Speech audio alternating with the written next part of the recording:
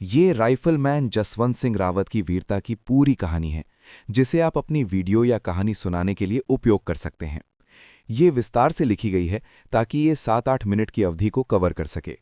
अमर शहीद राइफलमैन जसवंत सिंह रावत, वो वीर जो मरने के बाद भी सरहद की रक्षा कर रहा है। भूमिका: भारतीय सेना के इतिहास में कई शूरवीरों के नाम दर्ज हैं, लेकिन उत्तराखंड के पौड़ी गढ़वाल के एक जांबाज की कहानी सबसे अलग है।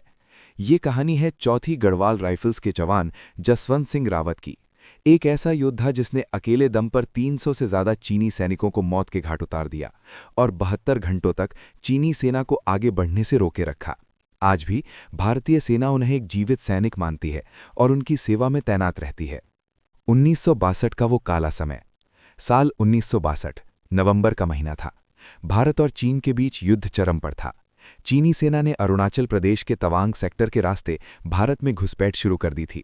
हमारी सेना के पास न तो आधुनिक हथियार थे और न ही कड़ाके की ठंड से बचने के कपड़े। भारतीय सेना को पीछे हटने के आदेश दे दिए गए थे, क्योंकि हालात उनके पक्ष में नहीं थे। लेकिन राइफलमैन जसवंत सिंह रावत के मन में कुछ और ही चल रहा था। उन्हें मातृभूमि को पीछे छोड़कर जाना मंजूर नहीं था। नूरानांग की वो ऐतिहासिक रात। नूरानांग के पहाड़ियों पर चीन की सेना ने अपनी मीडियम मशीन गन तैनात कर दी थी, जिससे वे भारतीय चौकियों पर लगातार हमला कर रहे थे। जसवंत सिंह ने अपने दो साथियों लांस नायक गोपाल सिंह और राइफलमैन त्रिलोक सिंह के साथ मिलकर एक खतरनाक योजना बनाई। वे तीनों अंधेरे का फायदा उठाकर चट्टानों के पीछे रेंगते हुए दुश्मन के बंकर के बेहद करीब पहुंच गए। उन्होंने दुश्मन पर ग्रेनेड फेंके और उनकी मशीन गन छीन ली। इस झड़प में गोपाल और त्रिलोक शहीद हो गए, लेकिन जसवंत सिंह ने हार नहीं मानी। वे मशीन गन लेकर अपनी चौकी पर वापस आ गए और अकेले ही युद्ध जारी रखा। 72 घंटे का महायुद्ध और 2 युवतियों का साथ। जसवंत सिंह ने अब एक ऐसी रणनीति अपनाई जिसने पूरी चीनी सेना को भ्रम में डाल दिया। इस काम में उनका साथ दिया 2 स्थानीय अरुणाचली लड़कियों ने, जिनका नाम सेला और नूरा था। जसवंत सिंह ने क्या किया? उन्होंने पहाड़ियों के अलग अलग हिस्सों में कई राइफलें तैनात कर दी। वे अकेले ही एक जगह से दूसरी जगह भागते रहे और रुक रुक कर फायरिंग करते रहे। इससे चीनी सेना को लगा कि पहाड़ी पर केवल एक सैनिक नहीं, बल्कि भारतीय सेना की पूरी टुकड़ी, लगभग 100-200 सैनिक मौजूद है। वे लगातार 3 दिनों तक यानी 72 घंटों तक न सोए न रुके। सेला और नूरा उन्हें खाना पहुंचाती थीं। चीनी सेना इस भ्रम में पीछे हटती रही कि भारतीय सेना बहुत मजबूत स्थिति में है।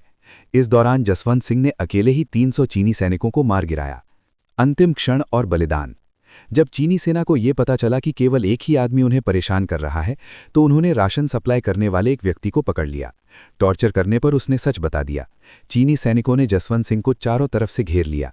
अंत में जब जसवंत सिंह को लगा कि वे पकड़े जाएंगे, तो उन्होंने दुश्मन के हाथों शहीद होने के बजाय खुद को गोली मारना बेहतर समझा और वीर गति को प्राप्त हुए। चीनी सेना उनकी बहादुरी से इतनी हैरान थी कि वे जसवंत सिंह का सिर काटकर अपने साथ चीन ले गए। हालांकि बाद में उन्होंने सम्मान के तौर पर जसवंत सिंह की एक पीतल की प्रतिमा भारतीय सेना को भेंट की। आज भी ड्यूटी पर तैनात हैं बाबा जसवंत। जसवंत सिंह रावत की वीरता के कारण उन्हें मरणोपरांत महावीर चक्र से सम्मानित किया गया, लेकिन भारतीय सेना और स्थानीय लोगों के लिए वे आज भी मरे नहीं हैं। जीवित सैनिक का दर्जा।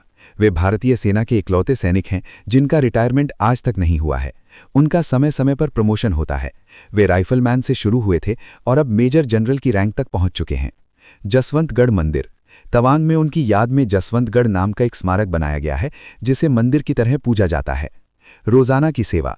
सेना के जवान आज भी जसवंत सिंह के जूते पॉलिश करते हैं, उनके बिस्तर लगाते हैं और उनकी वर्दी प्रेस करते हैं। सुबह की चाय और रात का खाना उनके कमरे में रखा जाता है। सैनिकों को चेतावनी। वहां तैनात जवान बताते हैं कि अगर कोई सैनिक ड्यूटी के दौरान सो जाता है, तो जसवंत सिंह उन्हें थप्पड़ मारकर जगाते हैं। उपसंहार।